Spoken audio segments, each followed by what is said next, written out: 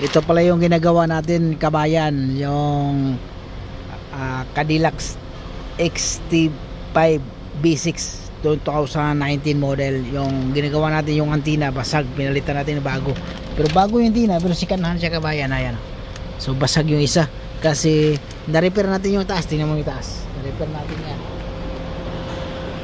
Na-repair natin yan. Tapos may bago din dito, yung sliding ko niya, window sa taas, top up one, mayroon to, ano doon sa kabila.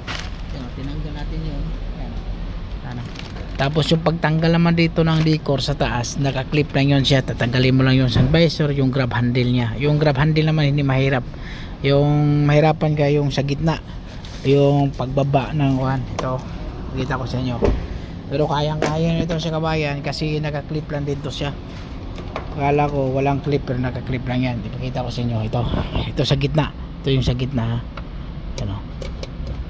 Naka-clip lang yan siya. Hilahin mo lang. Yan o. Pero dahan lang. Ano, apat o. Tapos yung pagtanggal ng mga sun visor, hindi, saglit lang sun visor. Kayang-kaya nyo din yung sun visor. Hindi siya mahirap. Yung sun visor, hindi siya mahirap. May cover lang dito. Tapos may tornilyo na 3. Tapos yung dito naman, yung sa bitanan niya, mayroong makita naman yun, may tornilyuhan. Tapos hindi mo natatanggalin yun, kasama sa kuha yun sa taas, yung sa may bubong, yung plus, yung decor niya, kasama na yun, huwag mo natanggalin.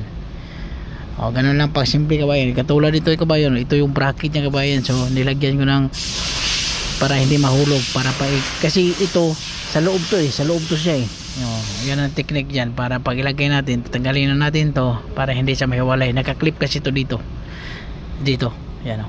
Okay, maraming salamat, kabayan. Tapos mga wiring, daming wiring niya.